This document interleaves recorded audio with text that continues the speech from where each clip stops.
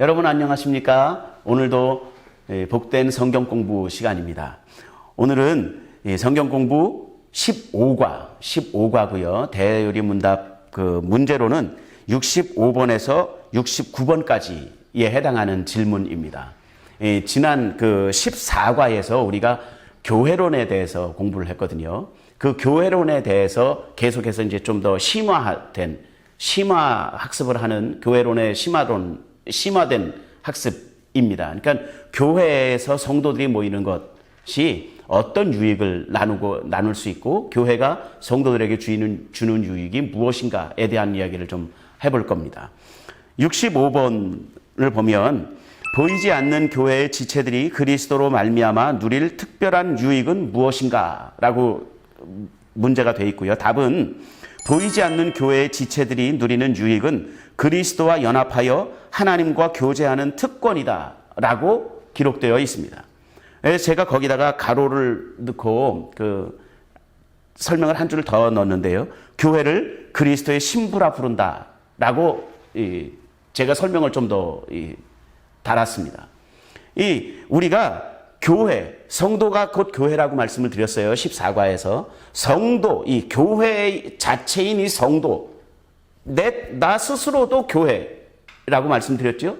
내가 교회된 이 성도로서 내가 그리스도와 함께 누릴 수 있는 유익은 무엇이냐 하면 하나님과, 그리스도와 연합되는 거예요. 이것이 가장 큰 은혜입니다. 가장 큰 유익입니다. 죄로 인해서 우리가 잃었던 것 중에 가장 안타까운 것이 무엇이냐면 하나님과의 관계가 깨졌다라는 거예요. 죄 때문에 하나님과의 관계가 깨졌어요. 여러분 한번 상상을 해보세요. 타락하기 이전에 하나님과 아담과의 관계가 어땠을지, 아담과 하와가 하나님과 어떤 관계를 가지면서 살았을지 한번 생각해 보시기 바랍니다. 상상하기도 힘들 거예요. 이게 얼마나 친밀하고 얼마나 친근한 관계였는지 우리는 아마 상상할 수도 없을 겁니다. 왜 상상할 수도 없냐면 우리는 타락한 사람들이었기 때문에 얼마나 하나님과 친밀했는지조차도 상상을 못하는 거예요. 그만큼 이 하나님과 아담과 하와 최초의 사람들과는 그만큼 친밀했어요. 아주 친근했습니다. 그랬는데 그 관계가 깨어진 것이죠. 그리고 나서 하나님의 은혜로 말미암아 우리가 구원받고 하나님의 백성이 되었어요. 그리고 우리는 교회가 되었죠. 그리고 나서 누리는 은혜는 바로 그 죄의 결과로 오는 저주로부터의 회복입니다. 그리스도와의 연합, 하나님과의 연합이에요. 저는 이제 나이가 아직 젊기 때문에 그 많은 그 결혼 주례는 하지 않았습니다. 그랬는데 제가 지금 이렇게 꼽아보면 한 10상 그 내외로 제가 이제 그 주례를 했던 기억이 나는데 항상 주례에서 써먹는다라는 표현은 굉장히 저급한 표현인데 죄송합니다.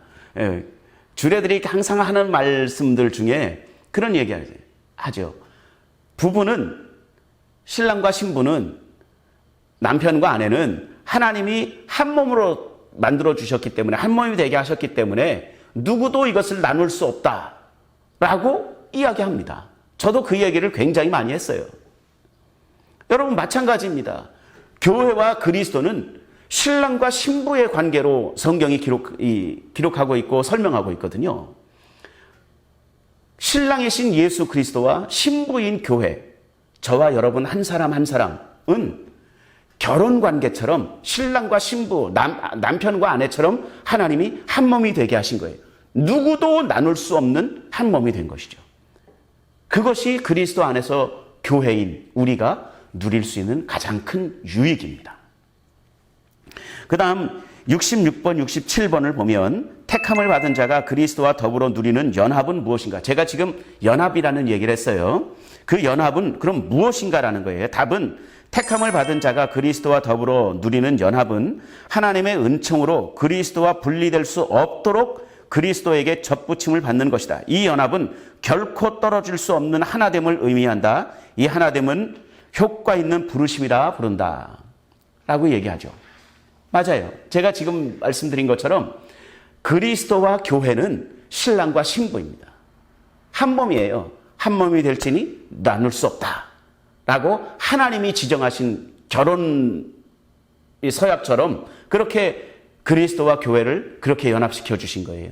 이 연합은 떨어질 수 없는 하나됨을 이야기하는 거예요. 그 떨어질 수 없는 하나됨은 신학적인 용어로 효과 있는 부르심이라고 얘기를 하는데, 그 효과 있는 부르심은 효과가 계속해서 지속되는 뭐 이런 뜻입니다. 효과가 영원히 효과가 떨어지지 아니하는, 그러니까 영원히 하나됨을 이야기하는 것이고요. 그 효과 있는 부르심을 그 한자어 우리말로 하면 소명이라고 부르는 거예요. 그러니까 소명받은 우리는 사명을 위하여 삽니다 라는 말을 이제 굉장히 멋있는 말로 이제 제가 하는데, 그것이 무엇이냐면 효과 있는 부르심, 하나님의 그 은혜 안으로 하나님이 불러주신 우리는 하나님이 맡겨주신 그 명령을 수행하면서 살아야 한다라고 이야기하는 것이죠. 그래서 소명받은 우리는 하나님의 사명을 감당하는 삶을 살아야 한다라고 얘기할 때 그 소명이 효과 있는 부르심을 이야기하는 것이죠. 영원한 지속되는 효과 있는 부르심, 하나됨으로의 부르심을 이야기하는 겁니다.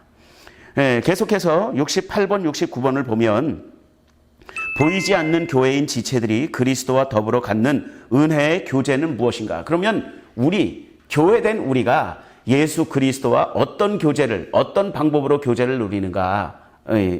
그것에 대한 질문이고요. 답은 보이지 않는 교회의 지체들이 의롭다함을 받아 양자가 되어 그리스도의 중보하시는 효능에 참여한다라고 이야기하고 있습니다. 신랑 신부만으로도 참 벅찬 감격을 가져야 되는데, 우리를 하나님은 예수 그리스도를 통해서 양자로 부르셨어요.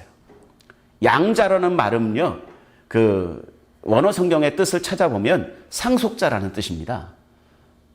여러분, 상속이 뭔지 아시죠? 상속은요, 아버지의 모든 것을 내가 다 가진다라는 뜻입니다.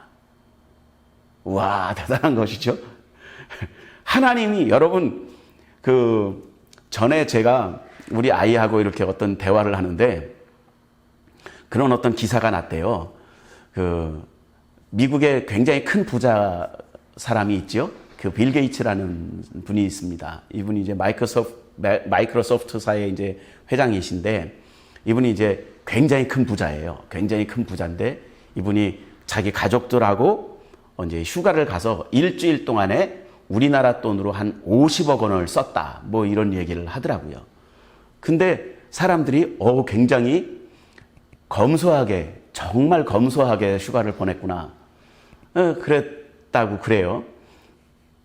제가 처음에는 이해를 못했어요. 일주일에 50억 원을 썼는데 그게 왜 검소하지? 라고 생각을 했는데, 그 밑에 어떤 사람이 이렇게 설명해 놓은 글을 제가 봤는데요.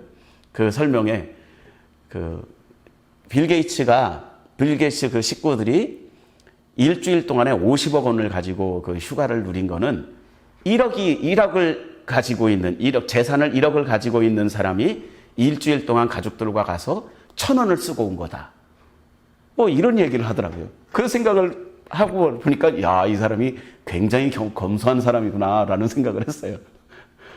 네, 뭐 그런 얘기를 하더라고요. 그 빌 게이츠의 그 자녀가 태어나 보니까 아빠가 빌 게이츠야, 뭐 이런 얘기를 했다는 거예요. 그게 무슨 뜻이에요? 빌 게이츠의 모든 것들을 다 이제 내가 누린다라는 거예요.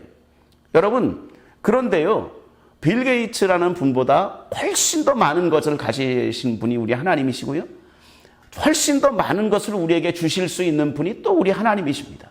그 하나님이 저와 여러분들을 상속자로 부르신 거예요. 그 하나님이 우리로 하여금 하나님과 교제할 수 있는 그 교제, 우리가 누릴 수 있는 교제의 유익이 바로 그것입니다. 상속자로 우리를 인정하셔서 상속자로 우리를 대해 주시고, 상속자로 우리를 만나 주시고, 상속자로 우리와 교제해 주신다는 것이죠. 그것이 보이지 않는 교회인, 성도인 우리가 하나님과의 교제를 통해서 누리는 큰 유익입니다. 오늘 여기까지 하도록 하겠습니다. 감사합니다.